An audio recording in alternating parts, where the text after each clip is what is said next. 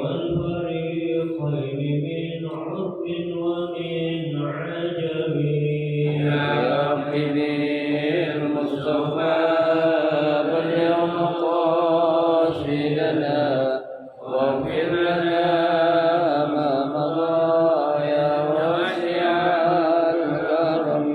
هو الحبيب الذي ترجى شفاعته لكل هول من الأهوال مقتحم يا رب بالمصطفى بلغ مقاصدنا واغفر لنا ما مضى يا واسع الكرم.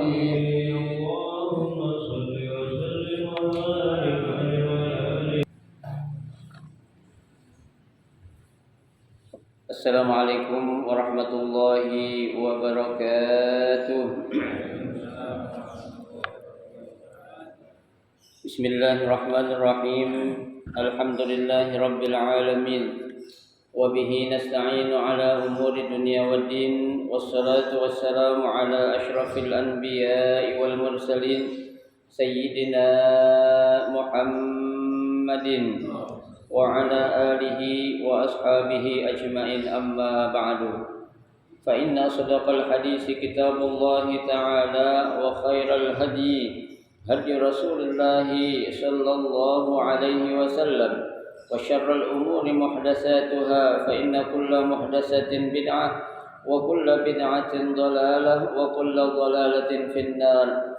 Rabbi shrah li sadri wa yassir li amri wahlul 'uqdatam min lisani yafqahu qawli. Amin. Subhanaka la 'ilma lana illa ma 'allamtana innaka antal alimul hakim. La haula wa la quwwata illa billahil aliyyil 'azim. Para asatidzah, para hujjaj, bapak-bapak, hadirin hadirat jamaah majelis ta'lim Masjid Hudal Islam yang dirahmati dan dimuliakan Allah Subhanahu wa taala. Alhamdulillah, kita bersyukur kepada Allah Subhanahu wa taala di pagi hari ini. Allah Subhanahu wa taala masih memberikan kepada kita karunia nikmatnya yang cukup banyak. Di antaranya adalah berupa nikmat sehat wal afiyah, nikmat panjang umur, terutama dua nikmat besar yaitu nikmatul iman wa nikmatul Islam, yang tentunya patutlah kita syukuri dengan barakah nikmat yang Allah Subhanahu wa taala berikan kepada kita. Alhamdulillah, kita dapat melangkahkan kedua kaki kita menuju tempat yang termulia di sisi Allah Subhanahu wa taala, baitun min buyutillah, dan kita berada di raudhah min riyadil jannah, taman daripada taman syurga, dalam rangka kita menuntut ilmu serta mencari keridhaan Allah Subhanahu wa taala. Kita berharap mudah-mudahan rangkaian ibadah yang sudah kita kerjakan, yang sedang kita kerjakan dan yang akan kita kerjakan, kesemuanya Allah Subhanahu wa taala akan memberikan ganjaran pahala yang berlipat ganda. Ilmu-ilmu yang sudah kita pelajari mudah-mudahan Allah jadikan ilmu yang bermanfaat, dan yang akan kita pelajari mudah-mudahan Allah Subhanahu wa taala memberikan kemudahan kepada kita untuk memahami dengan sebaik-baiknya. Amin. Allahumma amin. Jamaah sekalian yang berbahagia, mari kita lanjutkan kembali kajian kitab Riyadhus Shalihin, ya, melanjutkan bacaan kita, ya, masih pada hadis yang ke-44 ya. Belum habis kan ya?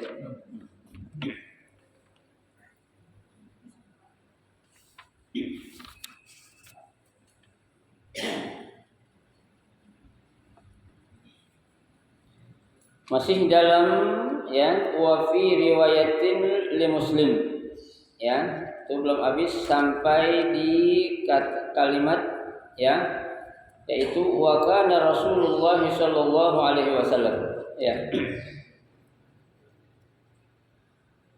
Bismillahirrahmanirrahim. Wa kana Rasulullah sallallahu alaihi wasallam fi safarin wa hiya ma'ahu wa kana Rasulullah sallallahu alaihi wasallam idza atal madinata min safarin la yatrukuha turuqan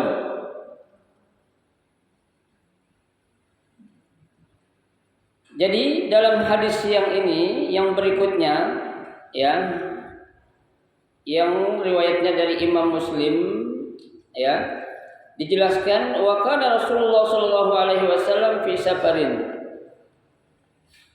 Suatu ketika Rasul sallallahu alaihi wasallam, ya, sedang melakukan perjalanan, ya, atau Nabi sedang melakukan bepergian, ya. Wahia ma'ahu, kebetulan dia ini siapa? Ummu Sulaim, ya, Ummu Sulaim. Nah, ikut bersama Nabi Shallallahu Alaihi Wasallam saat Nabi sedang dalam bepergian, ya. Jadi kebetulan saat Nabi lagi, ya, melakukan perjalanan, Ummu Sulaim ngikut, ya. Jadi kalau para sahabat, ya, atau sahabiyah juga itu sangat gembira. Mereka itu sangat senang bahkan bangga, ya, kalau mereka itu bisa ikut selalu bersama siapa? Bersama Nabi Shallallahu Alaihi Wasallam. Ya, pokoknya kemana aja Nabi pergi kalau bisa mereka ikut. Ya, kenapa? Karena ini sesuatu yang amat dibanggakan. Ya. Bukan sesuatu yang disesali, bukan. Justru sesuatu yang mereka rasakan kenikmatan yang luar biasa, ya, saat Nabi sedang melakukan perjalanan, baik itu perjalanan dalam berdakwah yang sifatnya damai ataupun dalam perjalanan yang sifatnya apa? Dalam melakukan peperangan. Ya. Jadi bukan waktu enak doang para sahabat mau ikut bersama Nabi. Ya, saat dalam melakukan suatu peperangan pun kalau bisa mereka tuh berebut pengen ngapain? Pengen ikut bareng bersama Rasulullah SAW. Dan ini bukan hanya di kalangan sahabi saja, tapi sahabiyat juga. Ya, artinya sahabiyat itu orang-orang perempuan yang hidup di zaman Nabi dan ikut bersama Nabi. Pun gak mau ketinggalan, ya, ingin selalu bersama siapa? Bersama Rasulullah Shallallahu Alaihi Wasallam. Ya, nah ini salah satunya adalah Ummu Sulaim, ya, yang beliau ketika Nabi sedang melakukan perjalanan, ya, tuh ngapain tuh? Beliau ikut bersama Nabi kita Muhammad Shallallahu Alaihi Wasallam. Ya, lah padahal, ya, dalam riwayat di sini dalam kitab Tanqihul Qaul Syarah Riyadhus Shalihin dijelaskan, ya, perjalanan itu sebenarnya perjalanan yang layak biasanya diikuti hanya orang laki, ya, yang hanya diikuti kebanyakan oleh orang-orang laki doang. Tapi kenapa kok Ummu Sulaim enggak mau ketinggalan? Tadi karena ada suatu kebanggaan sendiri, ya, yang dirasakan oleh para sahabiyah saat mereka mau ngapain? Ikut serta berjuang bersama Rasulullah Shallallahu Alaihi Wasallam. Tuh, ya.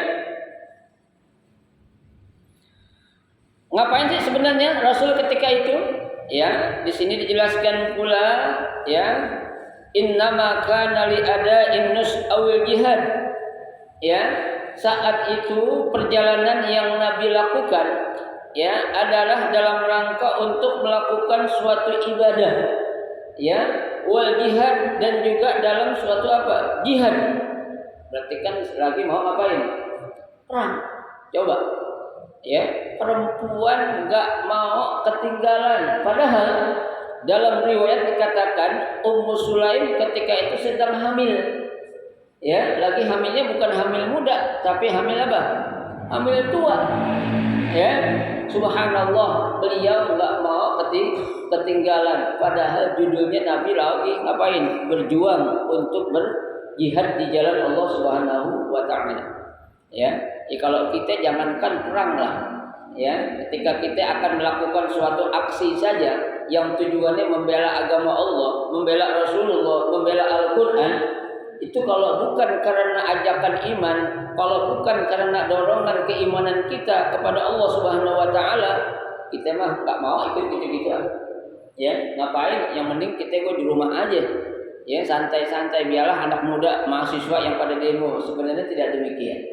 Ya, karena dalam sebuah hadis Nabi katakan, ya, dalam halnya kepedulian kita kepada Islam dan agama Islam itu tidak identik kepada anak-anak muda. Redaksi Nabi mengatakan man lam yahtamma bi amril muslimin falaysa minhum, kata Nabi. Ya, barang siapa yang tidak memiliki kepedulian terhadap urusan orang-orang Islam, falaysa minhum. Ya, dia itu bukan termasuk golongan mereka.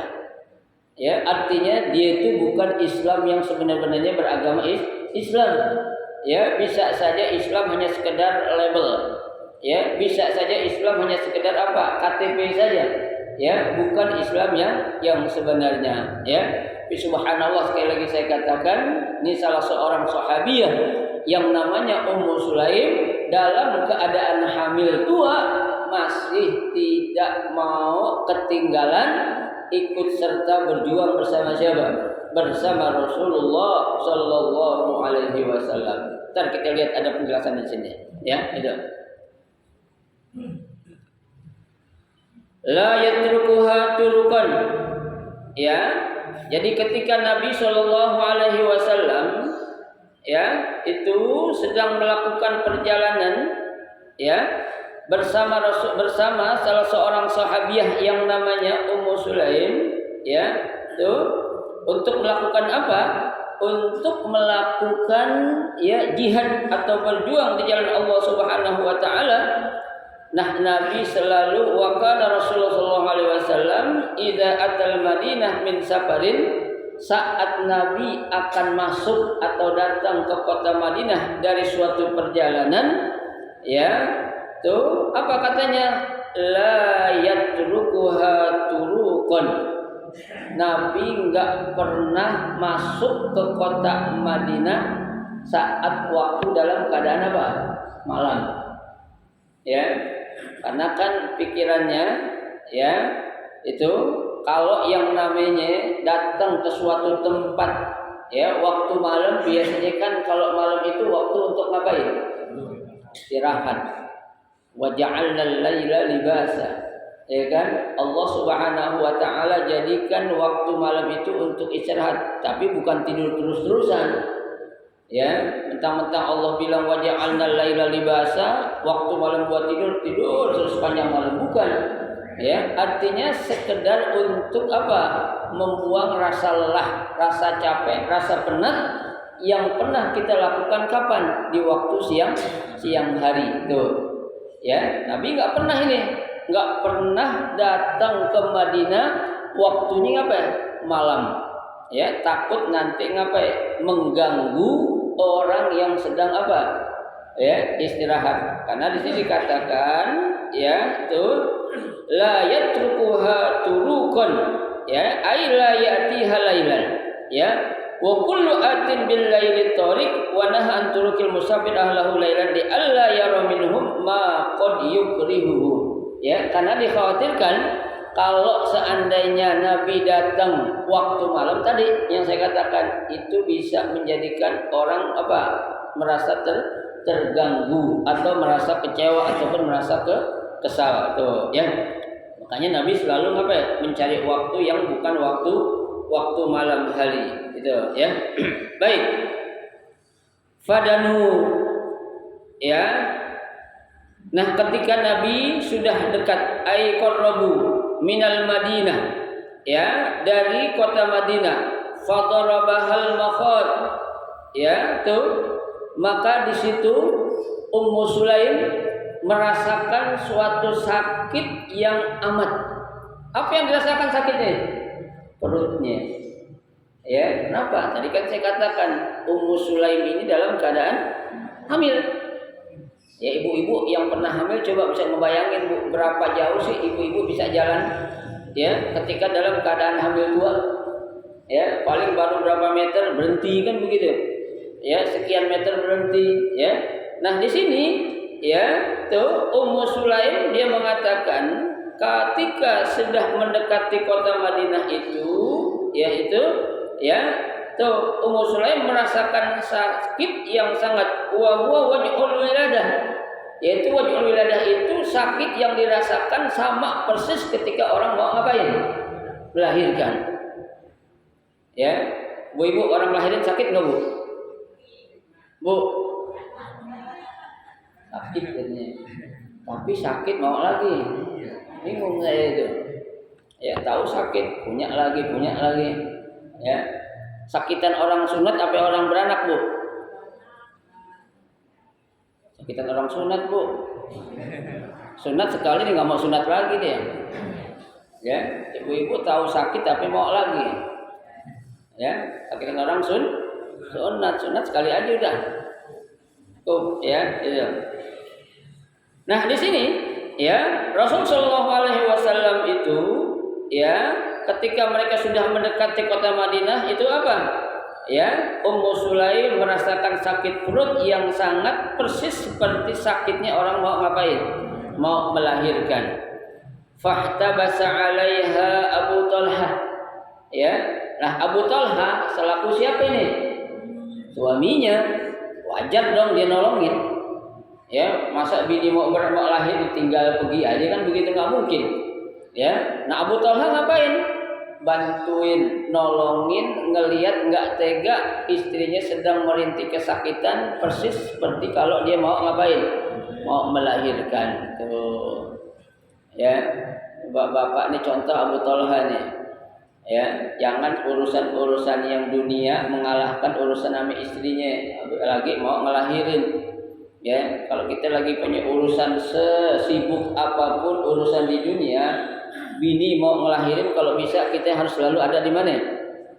Di sampingnya. Ya, jangan tinggal apa atau istilah peribahasa habis mana sepah dibuang. Ya, tungguin usap-usap perut suami kita tuh. Ya, karena ibu-ibu sekalian, ya suami juga perlu tahu nih, di antara waktu yang paling mustajab seorang wanita berdoa adalah saat ibu mau melahirkan. Ya, jadi ketika seorang wanita wahnan ala wahnin, ya, antara hidup dan mati, saat itu kalau bisa dia berdoa, itu doa yang dia minta pasti dikabul oleh Allah Subhanahu wa taala. Ya, ibu-ibu ketika saya jelasin masalah ini dia bilang, "Ustaz, gimana sempat-sempatnya kita doa? Orang lagi sakit." Ya iyalah. Ya, enggak ada sesuatu yang akan kita rasakan kenikmatan yang luar biasa, yang enak. Pasti dong. Ya, memerlukan apa? Perjuangan, pengorbanan, kan begitu. Ya, ya sama Nabi katakan doaul musafir mustajab kan gitu. Doanya orang yang sedang dalam perjalanan itu mustajab. Ya, ada enggak orang lagi perjalanan enak ada enggak? Enggak ada yang enak. Ya, Nabi katakan as-safaru qit'atun minal adzab. Ya, tuh bepergian atau perjalanan itu ya adalah sebagian sesuatu yang akan menemukan suatu kesulitan. Nah, ya. Ya kita kalau lagi dalam musafir itu kan sholat nggak seperti enaknya waktu kita mungkin. Ya, kalau lagi musafir kan duduk kadang antri, mending kali airnya juga sama waktu kita sholat di Masjid Darul Islam kan kagak. Ya, makan juga biasanya makan kita duduk sama laki bini sama anak kita, ada piringnya, sendoknya juga bener, ya kan? Nah kalau lagi musafir kan biasa ada aja tuh, sendok plastik, jangan marah. Ya, kadang nggak ada sendok kan begitu. Piringnya juga piring kaleng. Ya, bukan piring beling, mending piring kaleng, piring plastik itu. Ya, yang dicuci nggak bersih berminyak mulu tuh piring. Ya, nah itu salah satu bukti kalau kita dalam perjalanan itu pasti menemukan hal-hal yang demikian. Ya, nah begitu juga ketika seorang wanita mau melahirkan, itu Nabi menganjurkan berdoa berdoa ya buat suami, buat anak-anaknya. Insya Allah kalau kita yakin maka doa ibu-ibu itu akan langsung tembus ke langit 7 sana. Ya, akan dikabul oleh Allah Subhanahu wa taala. Ya, ibu-ibu yang udah enggak melahirkan, punya anak, punya cucu perempuan, dampingi doa nak, doa cucu ya. minta apa kayak yang kamu mau, pasti Allah bakal apain? Allah bakal kabulkan. Tuh. Ya, tuh. Kasih tahu. Ya, jangan ngejerit kesakitan mulu. Ya, yang sakit emang sakit rasanya.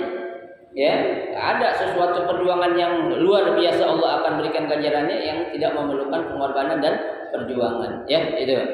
Nah, ketika ya Ummu Sulaim merasakan sakit yang sangat persis ketika seorang akan melahirkan, nah seorang suami yang bernama Abu Talhah memberikan pertolongan atau bantuan kepada Ummu Sulaim, ya.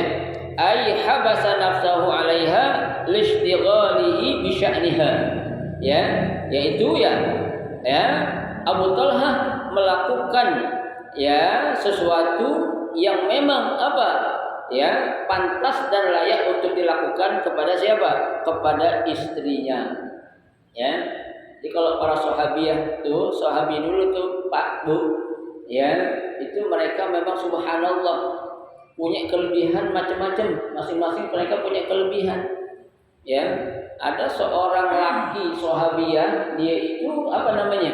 Ya, karena memang enggak ada orang yang bisa untuk nolongin perempuan beranak. Ketika itu ada salah seorang sahabi yang bisa nolongin seorang wanita beranak. Ya kan? Jadi kalau kita kan biasanya identik tuh kalau dukun beranak siapa? Perempuan. Ya. Zaman dulu, ya, Abdurrahman ada nggak dukun beranak laki? Hah?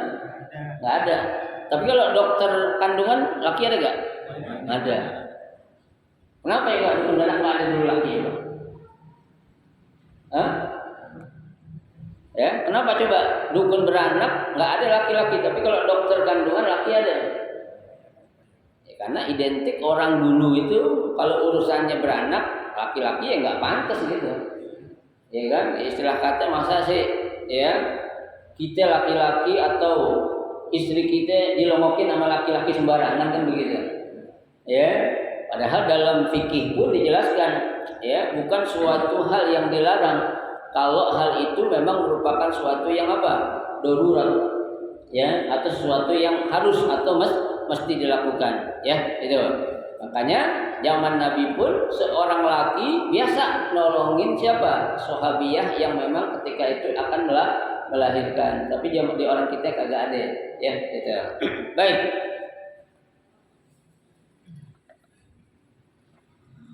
Wa talaqa Rasulullah sallallahu alaihi wasallam, ya. Tapi Nabi ya tetap beliau apa? Terus melanjutkan apa? Perjalanannya. Ya, bukan Nabi cuekin, bukan. Ya, kenapa? Karena Nabi tahu di situ ada siapa? Suaminya, yaitu Abu Talhah yang pantas dan layak untuk ngapain? Nolongin Ummu Sulaim. Tuh, Nabi tetap jalan itu. Fi masiratin ilal Madinah. Ya, di situ Nabi terus melakukan perjalanan ya menuju Madinah. Ya, qala Anas. Ya, Anas berkata, ini Anas nih siapa nih? Anak sambung dari Abu Talhah. Ya. Jadi kan Ummu Sulaim yang saya sudah jelaskan itu nikah 2 kali. Ya, yang pertama sama Abdullah, yang kedua sama Abu Talhah. Dari Abdullah punya anak namanya Anas. Ya, dari Abu Talhah punya anak namanya nanti Abdullah. Ya, gitu. Jadi anak sambungnya nih Talhah berkata, yaqulu Abu Talhah, ya, Abu Talhah berkata, ya, innaka la ta'lamu ya Rabb, ya, sesungguhnya engkau maha tahu wahai Tuhan. Ya, kata siapa nih? Kata Abu Talhah. Dia dengar nih babanya ngomong, ya, tuh, ya, kata dia tahu. Annahu yu'jibuni an akhruja ma'a Rasulillah sallallahu alaihi wasallam. Ya, bahwasanya dia ini sangat suka sekali, senang sekali, bangga sekali ketika bisa ikut keluar bareng bersama siapa? Bersama Rasulullah sallallahu alaihi wasallam. Ya, idza kharaja minal Madinah wa adkhala ma'ahu, ketika Nabi keluar ya menuju kota Madinah dan masuk bersama Nabi menuju kota Madinah, ya, idza dakhala wa qad ihtabasat ya bima taro, tapi kata Abu Talha ya, engkau maha melihat, engkau maha mengetahui ada sesuatu hal yang menyebabkan kami ini apa? Terhalang ya, atau tidak dapat terus mengikuti perjalanan bersama siapa? Bersama Rasulullah Shallallahu Alaihi Wasallam. Kenapa? Karena di situ ada apa? Tugas yang lebih wajib dia lakukan. Ngapain? Nolongin bininya yang mau beranak tuh, ya tuh.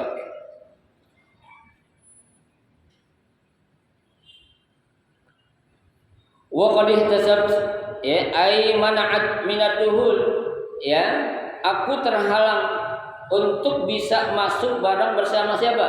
Bersama Rasulullah Shallallahu Alaihi Wasallam. Masuk kemana? Ke dalam kota Madinah. Bima tara, dengan ya yang bisa atau kamu lihat secara langsung ya, nggak bisa sebenarnya. Kapan pengen banget ya, seneng banget, bangga banget ya kalau kami bisa ikut terus masuk bersama Rasulullah ke kota Madinah Al-Munawwarah ya. Qala beliau berkata, taqulu Ummu Sulaim ya, Ummu Sulaim berkata ya Aba Talha ya, wahai Abu Talha, kata suami ini kata istrinya kepada suaminya yaitu Abu Talha, ma ajidul ladzi kuntu ajid ya, aku belum pernah mendapatkan ini ya, atau sesuatu ini apa yang sebelumnya aku sudah dapati ya. Artinya apa? Sakit yang dia rasakan sekarang ini nih ya, itu belum pernah saya dapati. Kalau dulu ketika saya mau melahirkan ya Anas, enggak sesakit ini ya, enggak separah ini. Makanya dikatakan aima ajidu alamal wad'ul ladzi kuntu ajid ya, aku belum pernah merasakan sakit yang seperti ini ya ketika aku melahirkan. Baru kali ini aku merasakan sakit yang sangat, kata Ummu Sulaim. Artinya kalau bukan karena rasa sakit yang sangat yang aku rasakan, aku tidak akan meminta bantuan kepadamu Abu Talha, meskipun kamu siapa? Suami aku. Ya, tuh. Bini sampai kayak gini ngomongnya. Ya, karena sakit sekarang yang saya rasakan ini lebih sakit dari yang sebelumnya. Makanya itulah yang menjadikan kamu itu berhenti untuk menolong aku. Ya, yang seharusnya kamu ikut serta terus jalan bersama siapa? Bersama Rasulullah Shallallahu Alaihi Wasallam. Ya, itu. Intalik. Ya, tapi sang istri bilang, udah pergilah. Ya, meskipun sakit yang aku rasakan ini benar-benar sakit, nggak apa-apa, kamu tinggal aja. Ya, kata Ummu Sulaim. Qala ya, Anas berkata, fantalaqna ya.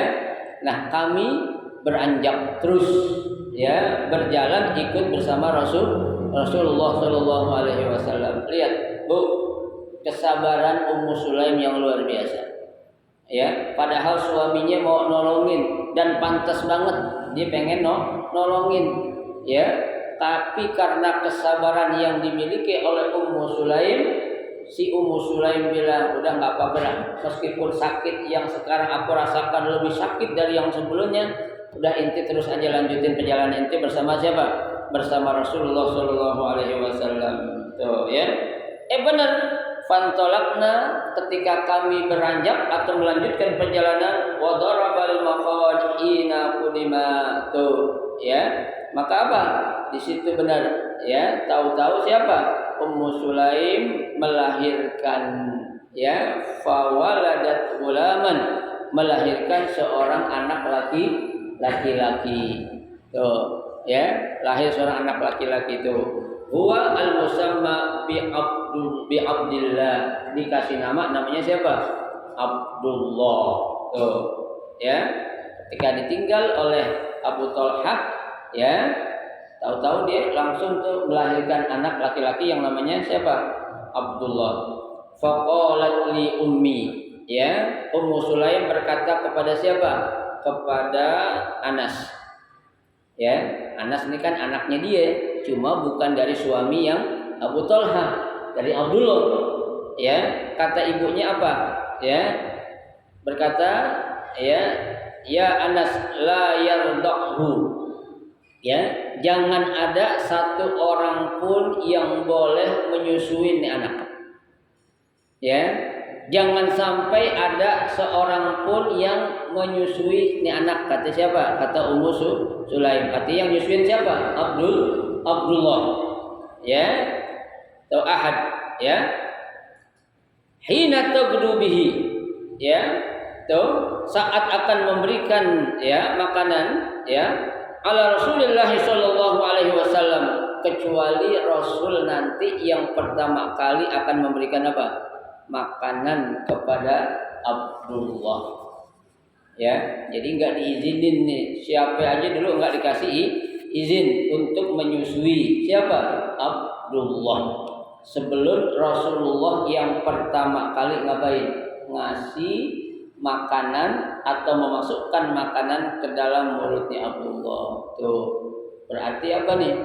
Disuruh ditahnik terlebih dahulu oleh Rasulullah Shallallahu Alaihi Wasallam. Tuh, lihat, ya. Mereka mengharapkan kalau bisa tangan Nabi dulu yang bisa memasukkan makanan ke mulut anakku yang bernama Abdullah. Jangan yang lain-lain. Ya, jangan siapapun nggak boleh. Istilah katanya Ummu Sulaim nggak redo kalau apa ya? Kalau anaknya disusuin atau dimasukkan makanan sebelum Rasulullah Shallallahu Alaihi Wasallam. Ini suatu apa? Ya, penghormatan yang luar biasa yang dilakukan oleh Ummu Sulaim ya untuk anaknya, yaitu mengambil barokah dari siapa? Baginda Rasulullah Shallallahu Alaihi Wasallam. Ya, itu. Jadi di sini hikmah ataupun fadilah ya yang bisa kita ambil yang pertama, satu ya, karena dalam bab sabar, kesabaran seorang istri ya yang ketika dia merasakan wahnan ala wahnin, antara hidup dan mati, meskipun suaminya ada, tapi Ummu Sulaim selaku istri enggak mau membuang kesempatan yang baik ketika suaminya bersama Rasulullah ya berpisah dengan Rasulullah. Ya, Ummu Sulaim merelakan suaminya terus melanjutkan perjalanan bersama siapa? Bersama Rasulullah Shallallahu Alaihi Wasallam. Tuh, kesabaran yang dimiliki oleh siapa? Oleh Ummu Sulaim.